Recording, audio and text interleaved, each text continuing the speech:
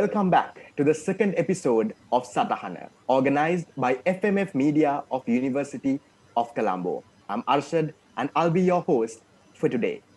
Talking about Satahana, Satahana is an initiative taken by FMF Media to enhance the awareness of undergraduate students about current market issues, corporate world behavior patterns, and organizational trends in Sri Lanka. Satahana also involves in discussing solutions for ongoing issues in the corporate world with the university lecturers, through which students can gain a sound knowledge about these issues and how they should address them diplomatically. For today's episode, we have a very special guest with us who is very much dear to us as well. He is none other than Dr. DLPM Ratnasinghe, the head and senior lecturer of the Department of Finance, Faculty of Management and Finance, University of Colombo. Speaking of him, he firstly graduated from the Faculty of Management and Finance, University of Colombo with a BBA in Finance and was back for his master's in the same prestigious university and has an MBA in Finance degree and now is a proud PhD holder in Finance. Simply put, if finance was an art, he is with that. Let me warmly welcome Mr. DLPM Ratnasinghe for today's episode of Satahana. Thank you very much, Arshad, for the introduction. Yes. So, Doctor, the topic for today is the pandemic and its impact on businesses. So, without taking further ado, let me direct you to the first question for today's proceedings. That is on micro and medium enterprises. So, my question to you is that micro and medium enterprises are the backbones of the Sri Lankan economy, right? COVID-19 has, however, adversely affected these enterprises. How can these organizations overcome the prevailing pandemic situation in a short term? Yes, Arshad, as you very correctly mentioned, these MSMEs are the backbones. But I am very positive with the situation. We can be happy. The backbone of this Sri Lankan economy has not broken yet. Yes, I agree. There are some level of little damages. I am making it repeat, little damages. It makes a very positive situation still with me. There are certain things we have to attend, and we as somewhat non-persons or the educated persons, we too have a responsibility.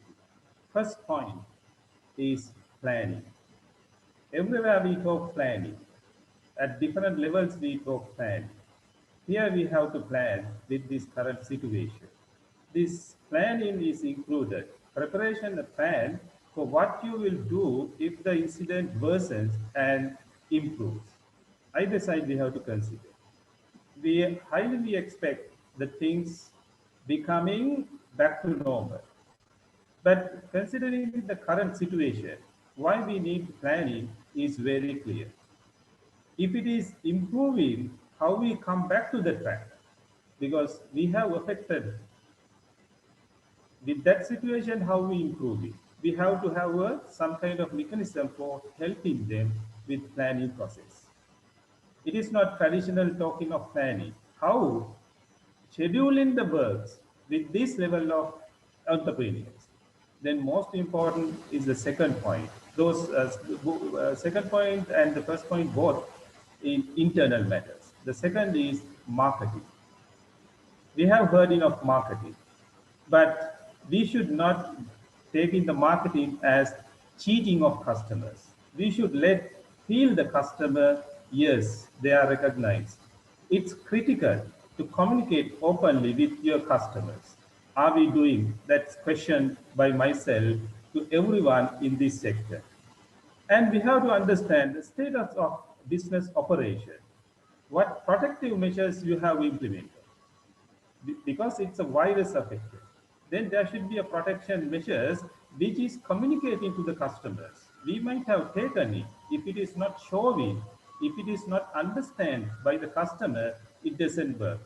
I understand it's a part of marketing as well. And further, how they as customers will be protected when they visit your business? Am I feeling, yes, I will be protected by this business person? If I have that feeling, I will be visiting this business place. And there should be some promotions. May also help incentives customers who may be reluctant to patronize your business. Examples. I hope maybe it's around 2 weeks or 3 weeks back. Even I got to know through media a small scale egg seller. Has decorated his motorbike in such a manner. It's a very marketing tool. What he has done, he has few bins hang on his motorcycle. One bin for his own money, which is taken for the exchange requirement, and another bin for money comes from customer. He is not touching that money. And how he is giving eggs to the customer, he has wear his mask and gloves, and he is putting eggs into the another bin, and he is giving with keeping the distance with a particularly prepared tool. You see how nice. And the other, particularly I myself experience, particular restaurant type, it's in the roadside. You see how creative our people. He has moved a couple of his tables, and he has arranged only very few. And these all the tables have covered with polythene with use of polythene in a kind of cubicles. And he has moved extra chairs. There is only 2 chairs. Even the waiter does not come into this polythene cubicle. He served the items being in outside. You see, there are situations, if we think in a new way, we can have solutions for this. And the next, let me go to the outside of the business. These microloan programs, this area is might be some kind of lengthy discussion needed. These microloan programs making loans through non-profit lending organization to underserved markets. Origin of microfinance, I hope every one of us aware. The origin is came with really helping for very small level businessmen. Nowadays we have to have shared pain, how it's going with microfinance, because it's an extra burden for the small scale businessmen than we really expected. Then what we should do, we have to move from microfunding to microfinancing. I repeat it, microfunding to microfinancing. And last point, let me say financial and business counseling or clinic. We have medical clinic. Every one of us very aware. We have no doubt about this. I guess some of you have aware law clinic. Now we are responsible to organize financial and business counseling and clinic. Even the word counseling, we have some kind of backwardness to, to go and get counseling. No, it can happen with myself. It can happen with even let's say Arshad. It's a situation. To overcome this situation, to manage with this situation, we need counseling. We all responsible as in a sector where we educate in relation to the business. Yes, I myself and you all as students, you have a very huge, very high level of knowledge in relation to the business. We can give a counseling and clinic arrangements for this level of businessmen. I hope this will help a lot for them. Yes, Arshad, those are the points what I can share with you. Yes, Dr. Ratan Singh, I think those were some really valuable points that even every business that could they could make use of. So there is another situation that is prevailing in the market. Because of the current pandemic, there are businesses moving into online models and also trying to get funds from informal fund providers. So my next question is relating to that. That is, this MSMEs and other business firms face a lot of working capital issues, fund shortages when upgrading into online models. So how could they be protected from going into informal fund providers? What do you think Yeah, about that? yeah, Shad, that's again a good question. With that question, I really Notice your word is informal fund. One thing we should understand in this sector, we should not try to eradicate or remove from informal fund, because as per their level, they are not having the capacity, or let me say, they are not ready to come to the very formal system. That is the nature with it. But what should make happening, we have to have an arrangement to make this informality in a level of formal matching with their level, right? That should be arranged. Here, main concern is going to move with technology. Am I correct? True. Yes. If it is the case, this technology going with particular level of infrastructure. This level of people is not in a level of capacity or awareness to get the infrastructure set up by themselves. There is a need of a third party involvement. It has to consider both cost of instrument, infrastructure, and techno literacy. Many of people capable, but their literacy level is bit low. Then we have to provide those arrangements. If we can make, I think we will be in a position to arrange a low cost situation for them. And further, microfinancing programs has to rearrange with a situation where information is available. What is my point? You all aware the crib facility. In formal lending, crib facility is there. Even the very well-established organizations get the information from crib. We should have a mechanism to develop an infrastructure similar to this crib information, right? Maybe in a particular area. Let me take an example. Let's take Tribigasya area, right? We should have a mechanism, maybe at what we call AG division, AG division office. How many businessmen within that region? We have to get the information and have a information base. If we have that information base, making this microfinancing with this technology base will not be a harder. Then further, linking financing agents with those techno instruments seeking business people. What it means? Linking, we all know, even with this very high capable organization, have their own concern with this small scale. They have come with some kind of answers. We have to have a linkage in between. In that case, I am suggesting to arrange a particular officer, maybe a commerce or management graduate, to each AG division, because commerce students, management students have vast knowledge on business management. They are responsible. We can have one uh, officer who is graduated from finance area, or particularly business or commerce area. He can arrange it. He can link it. He has enough awareness. He has enough capacity. That's one part. And then community business parks. In our country, actually, I have not particularly experienced, but in some other countries I have.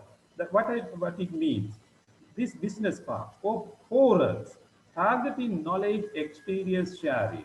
Let me share one example. It's a paint company. It's a multinational company anyhow. But the point is valid for these small scale businessmen. What this company do, I guess some of you might have aware of it. They invite very small level, even laborers, right? They are targeting painters, masons, carpenters, and painters. Identified small area.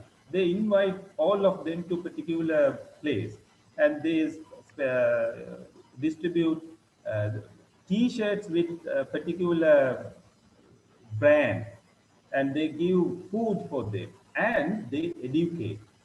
They give very high level of education for these people and some kind of rewards for them.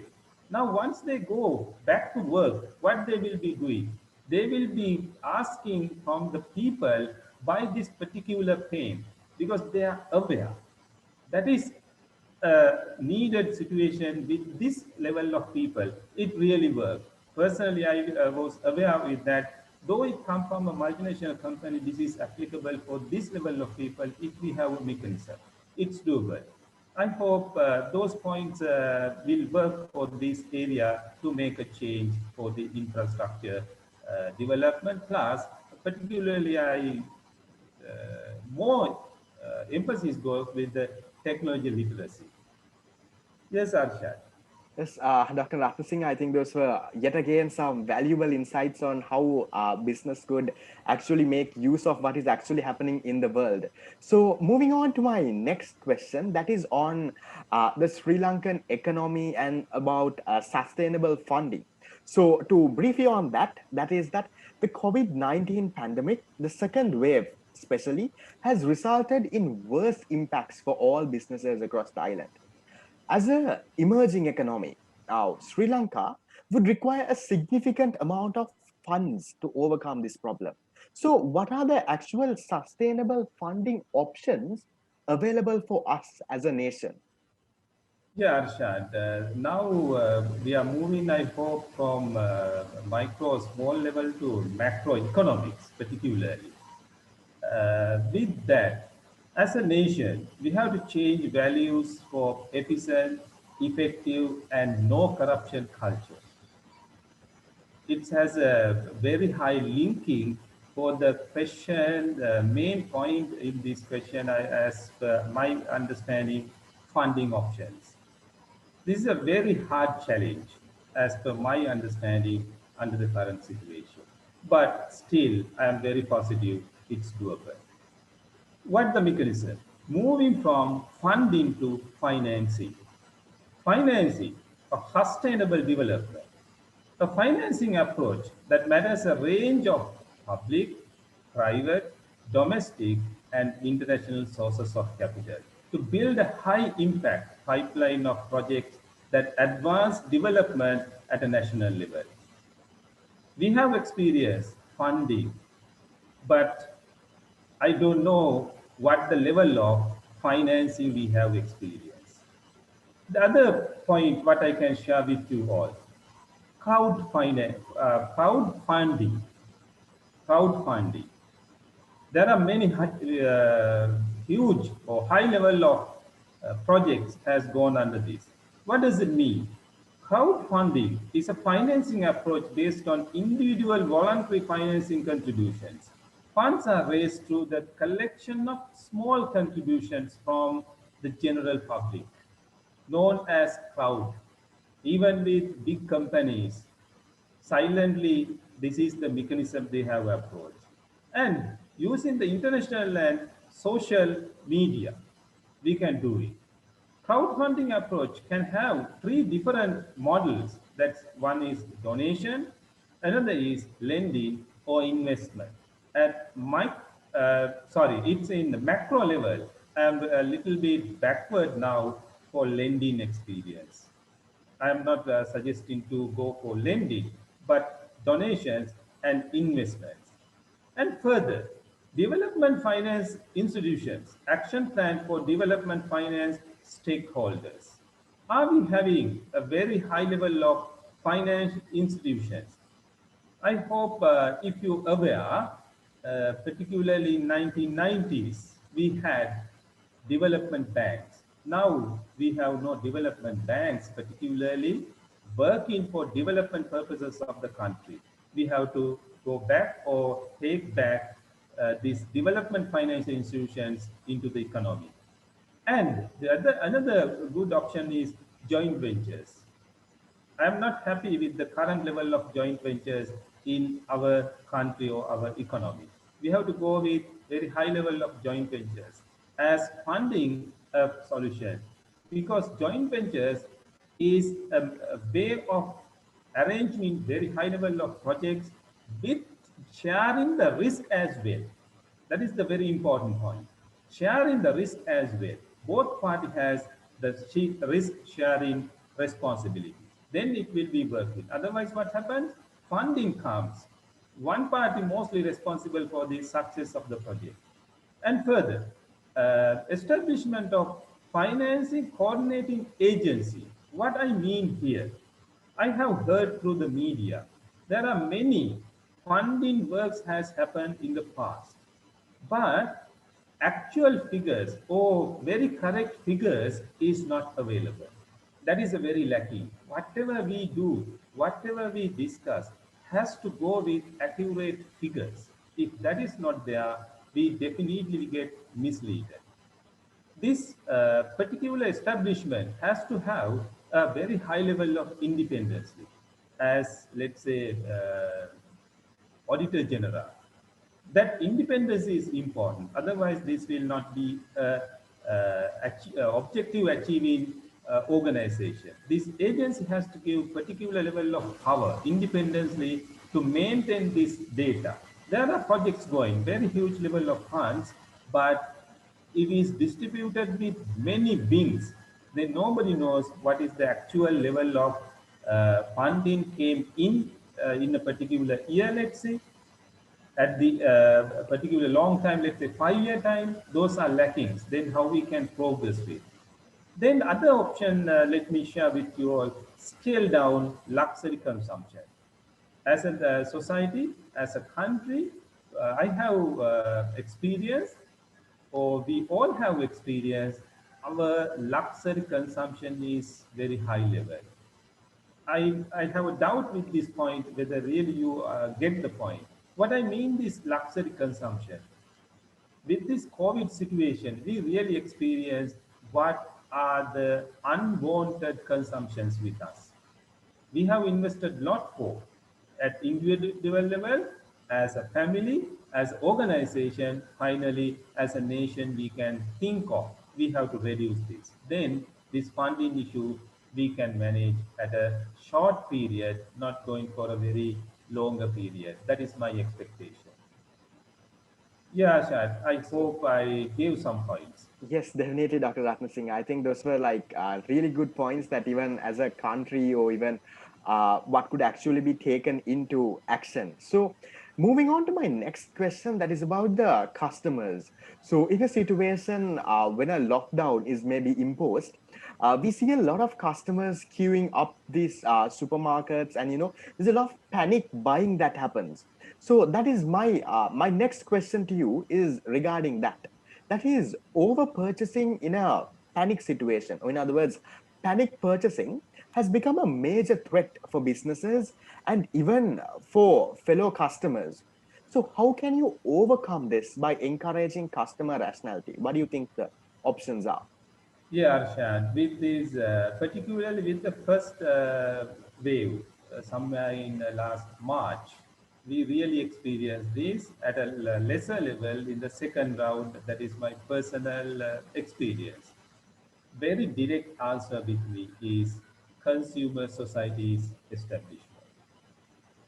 But let me explain with few more points. In somewhere in 1980s, even before, right, there were very high level of consumer societies with certain level of power as well. Nowadays, we are not experiencing. Even I guess none of you experience consumer societies in our society. But if we have such, really we will get a feeling we are secured with basic needs. Because as a society, we are organized. Today it's not happening. We are isolated. I heard through the media again, still we have some, let me say, railway commuters society. I don't know at what level really it's operating, but that is what I really mean. If we can have a mechanism to reactivate those, I feel we can eradicate this fear. Why I'm talking about this fear? This cause with panic buying is certain reasons that simply, since I have read very decimals in behavioral science, I put a single word. It is perception. What this include? We perceive threat, we perceive scarcity, fear of the unknown, hope in behavior, social psychological factors. These are the reasons for this kind of purchasing behavior or purchasing pattern. We should understand those. What are the actions we can implement? What are the actions we can suggest? Really, I believe media play a significant role in dealing with panic buying, as some of the psychological explanations are related to the perception of the general population. I'm very happy in a couple of occasions. I did communications with this some of the media. I felt really happy. There are some efforts taken by media. We should recognize that as well. I hope you too agree with me. Definitely. There were some initiations came. I myself felt I did some social responsibility. Therefore, in prevention, media could play a vital role. We have to repeat this kind of messages through the media. Nowadays, not only well established media, you will know social media can play a major role. But again, I believe for that shifting from the current way of use of social media, there's a need of changing the way of thinking. And one more, promotion of kinship feeling. Kinship feeling, that also we discuss in some of the subjects. Particularly, we discuss this in behavioral finance. The terminology we use is herd behavior. What this means? Promotion of feeling of kinship is I should feel I am with a crowd. I am with a certain, how to say, if you permit me to use your own terminologies, I am in a clique. Then you feel, yes, I am protected. We should make it herd behavior, a group of behavior situation. I feel I am in a group. If that feeling is with us, I can get whatever basic needs from other person because each other is in a situation of protecting. This we have to further take up. And next, assurance from authority. I have to be careful with talking on this point. Anyhow, I personally as well felt it has not played accepted or needed role. Repeated statements of assurance from the public health authorities and the related industries are necessary to reduce the perceived fear of scarcity. If I feel, oh, everyone buying, I will not be able to buy, what will happen? I will go and try to catch. There were some, what kind of media repetitions went with this kind of purchasing behaviors. Why? We should not blame them. Rather blaming, we should make a platform for them to feel the authorities, making their security. Further, in the case of imported goods, the identification of local available substitutes good is a promotional strategy. Nowadays, somewhat attention has already paid. Yes, we have to agree. Lot of items we bring from outside into the country, which really we can have locally made, locally manufactured. It's a very essential thing as a nation we have to think of. Those are the points what I am suggesting to overcome with this panic behavior of purchase. Yes, so even I think I personally agree with the point on media. So media, I think, has a huge impact on how we behave and what actually we do. So I think I've seen a few organizations, a few movements actually making use of social media as well to convey this. So I think we're going on the right track. And the fact that compared to the first wave, the second wave, the panic situation has actually fallen down. I think we are on track on that. So moving on with my next question, that is on when you look at businesses, there are businesses of different types. Some sell the essential items while some sell a few non-essential items. Now, the essential items still have their own demand, But these non-essential businesses, the businesses selling non-essential goods and services, has seen a huge decline in their demand.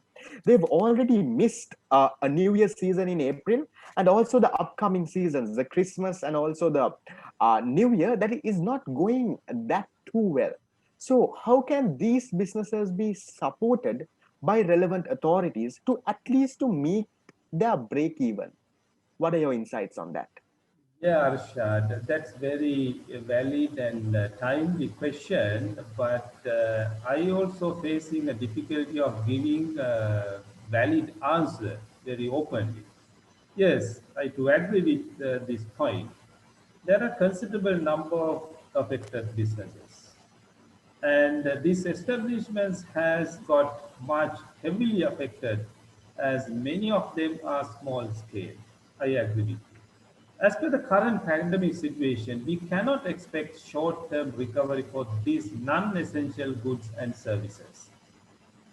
Sadly, what I can share with you, we have to give us some kind of knowledge, understanding to them, bear another 6 months or so. Because personally, I have a very high level of expectations. This will be sorted out, or this will be answered maybe another 6 months or 1 year maximum. With that expectation, I request from this sector of businessmen, yes, every one of us has to bear some of the level of hardships. Other than that, I don't think they have a particularly a shipment of opportunity for other businesses. Further, few more points let me share. Though we don't, or though I don't have a particular direct answer, I highly recommend them to scale down and shift for other opportunities minimum for another 6 months. And further, I feel it is at the least possible level for authority to support them directly. Maybe organizing a dole for those business, tax and other charge reductions or relief for them. More importantly, it can suggest to make an arrangement for direct supply of those essential items with a delivery system. Some of the people still may be needed. Let's say I have a celebration at my home place, but I am very reluctant to go and buy those kind of things. Then there should be a platform, there should be a mechanism, the available items there, but delivery is the problem. On that arrangement, authorities can intervene. I really do not expect more than that at my level of understanding. Anyhow, I agree there is a burning. So, Dr. Ratnasingh, on your previous question, you talked about providing loans for these businesses. So, my next question is it really effective to provide loans and also increase the money supply when there is no actual production happening? Will it lead to inflation, and do you think would reduce the purchasing power of customers? What do you think? Yeah, Arshad, as I previously mentioned, this question is from macroeconomics. Anyhow, my very direct answer is yes, it is not effective. And the answer for the second part of it is yes, it will lead for inflation. We have to look these micro variables, microeconomic variables. Basically, let's take interest rate and the inflation rate. We had experience interest rate with double digit, but now it has fallen to single digits, less than half of the previous. And looking the inflation rate as well, particularly interest rate, savings interest rate I'm referring, is in between 3.5 to 4% in formal sector. And looking to the inflation, it's again above 4%. That brings the understanding the current situation. Really, we are losing the real value of money. In that situation, we can tolerate further borrowing from outside. As a nation, as an economy, we have no that capacity. But there are enough of other sources of funding. We can manage it in a proper way. And in relation to the purchasing power, as I mentioned, yes, we are losing purchasing power in a high level. But still, if we really manage this, we can come to a situation back to the track. If I bring some previous figures, I hope you are aware. There was a period we had the interest rate of 19.5% for lending, but we came back to a good situation, right? That's why we should not take unnecessary fear or unnecessary inability to our hand. No, it is doable, but we have to put things into the correct track. Let it play for a certain time span. Things will come to the correct track. Yes, so true that, Dr. Ratnasinghe. So, but in this same situation, when a lot of businesses are affected, there are some investors trying to get an opportunity out of this. So, my next question is on these different industries. Now, if you look at the industries like tourism, hotels, apparel, transportation, the share prices have seen a significant decline. So, do you think it is a good time to invest in these stocks? Yes, Arshad. Country has invested huge on these sectors, and with pandemic it has affected at a very shocking and unabsorbable level, particularly tourism, hotel, and next at a lesser level apparel, and further less for the transportation. That is how I rank in those industries. More than investing, what should be doing with existing shares? That's a more important question. I do not hope very quick recovery in this sector as it is a pandemic. Yes, maybe another 6 months or 1 year time, we will come back to the, may not be really what we had previously, but up to a new normal situation. But I suggest not to be panicked and go for quick decisions. If you are thinking to sell or buy, I don't know, particularly for sale, don't go for very quick decisions. Wait for some time, maybe another 6 months, as we have hopes for medicine, for viruses, things will come back to normal. Particularly, I have no real figures with me to share with you how it has affected for tourism and hotel. But every one of us are aware it has a very huge, intolerable level of bad effect on this sector. But apparel, I don't think will get that much affected. There is effect, don't misunderstand me, but somewhat lesser level. But coming to the transportation, I don't think it will take much time to come back to the normal. It will come back to the normal very soon, very soon. Once we, operate at a certain level, my guessing, though I have no particular data to confirm my point, I feel transportation sector almost in the path coming to the track. With that, I would recommend don't go for very quick sales if you have particular share, and don't be very quick to buy as well, since we are in a situation of a vacuum to go for decisions. Hold on for a certain area. I have big hopes, particularly authorities will intervene for these bad effect industries in times to come. They will make some arrangements. We can do it. That's my hopes for particularly for the sectors you mentioned. Yes, so Dr. Rakna, following from the shares from the local investors, we also have foreign direct investments. So there were foreign direct investments. If you look at the current present day, the withdrawals of these investments are much higher than the actual inflows that are coming in. So if this situation actually continues, what do you think will happen to the business environment in Sri Lanka? Once again, Arshad, this is a very important area for every single person, though many individuals may not have deep understanding in general society. There are a number of angles to look with this point, and this has been a high level of risk as a nation to manage and face. We should be ready to, share this with all of us. Currency inflow and outflow management is much perilous now. Obviously, there's a challenge. We have to think on new opportunities arise with changing environment and the pandemic world, taking things positively. We should not be frustrated, we should not be very negative with the pandemic. Pandemic has created certain opportunities as well. Please try to catch those opportunities soon as possible. We have to think for new export opportunities. Bankrolling with new investments. In Sri Lanka, more than going for new investment, there is a lack with maximum use of available investments. As example, some of the big investments, let me point few of them. Hampantota Seaport, airport, and our port city, those are very huge investments, very huge investments. Now we have done the investments.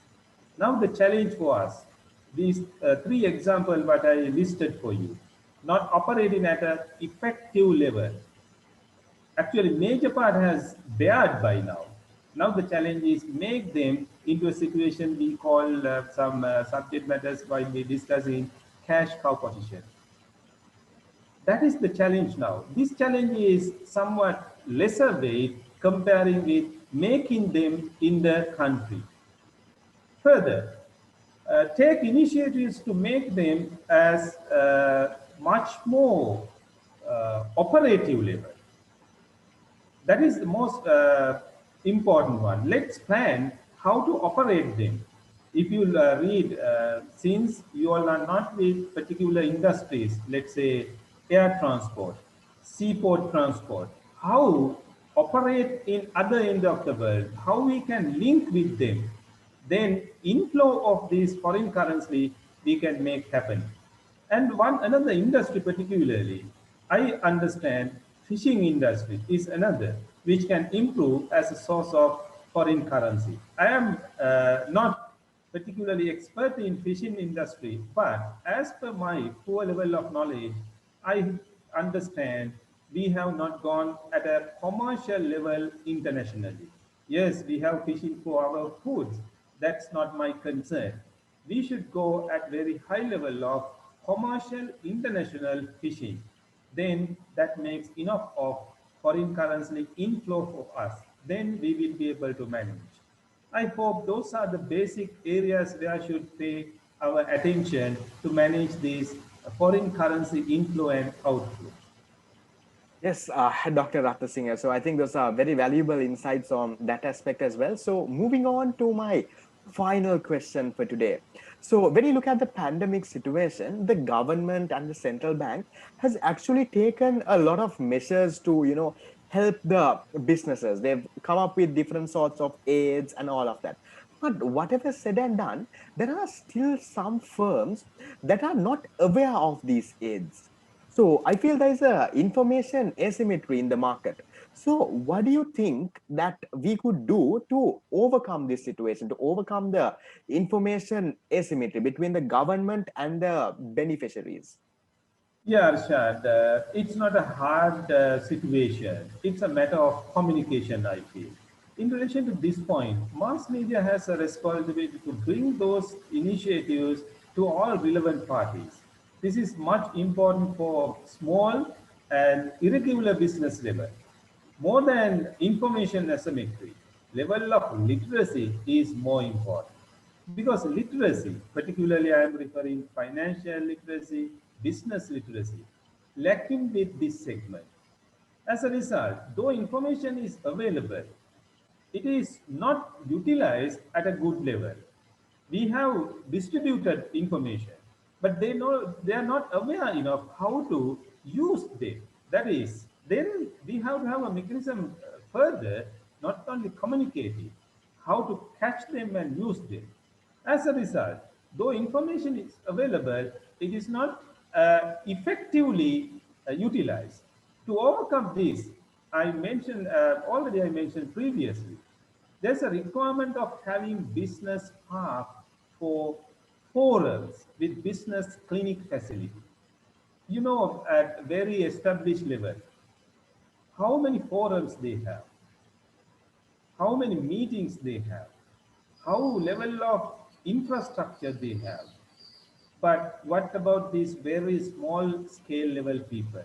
One end they have information releasing, it may go to the relevant, but they don't know it's really for them.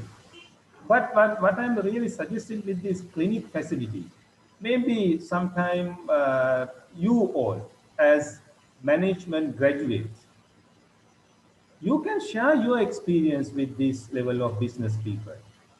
And we can invite some experts and let this set of people share their experiences with these relevant people. It's really work. Sometimes, if I myself get opportunity to deal with a very big shot in the world, will it make a change with me? It is. We should take the things in that level. A person who is doing a very small level business, meeting with a person who is a manager of a big company, it's a it's an opportunity to make a big change happen with these people.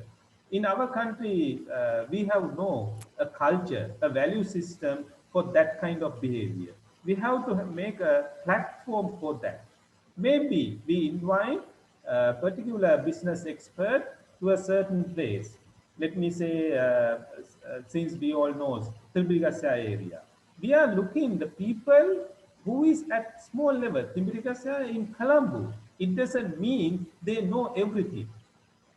Though in Colombo, this segment is maybe further affected than some of geographically remote areas. That is real situation. The ground situation is not in Colombo as we think. I'm not really bothered about this geographical distribution, but the real level of individuals' awareness and their practice is matter. We can have a mechanism, all relevant organization representative have to come to a one place and provide clarifications, guide for business owners with main objective of helping them. We should not make it as opportunity for these big shots once again. There were programs actually, I can remember, I hope you too evidence. Name of the programs particularly I can't remember. What they were doing, they invite these business experts and ask these small scale people, present your idea, present your proposal, and get these experts opinions, experts ideas as well. Sometimes these experts invest money with them, they give some financing to them. That is how we should keep a helping hand linking with these people. That's doable. I do understand I myself responsible for this. I hope in times to come, we will be able to make an arrangement for this kind of forum, particularly for helping business people. Really, I'm targeting small scale people. Small is really at grassroots level small. Even coming these kind of people into a place, what I mean, maybe sometime a hotel, a particular place of gathering, maybe even our faculty. If we can bring this crowd of people for a couple of hours and share this place experience with them, I'm pretty sure we can make a big change with them with a small effort by all of us. This applicable even for other levels, not only for this particular level. I do understand even in relation to the stock market or treasury bills, how many people invest in our stock market comparing with our population? Further, if you take treasury bill market, we can be somewhat happy with stock market involvement. Treasury bill situation is same. Though the scale difference is there, many of us, even many of you all are not in share market, not in treasury bill market. We have to find what the reason behind, why it's not making happen. We can make it happen if we really play our role. I personally, and I request you all as well, we are responsible to make or to be change agents. Yes, so Dr. Rapasinghe, so I think me personally and also all the audience watching here as well, I think there is a huge role that we as the public has to play here as well. So that brings us to the end of today's session. I think it was a great session where me personally learned a lot as well. So I'm pretty sure that all of you watching here got a very good idea on how exactly small businesses could thrive in such a market with such a huge challenge. So it was a great pleasure to have you, Doctor, and your practical examples and how you put things into very simple terms. I think it made a lot of sense and it was such an interesting session for me to host as well for all of the others to watch as well. So once again, on behalf of FMF Media and the team from Satahana, a big thank you for gracing this event.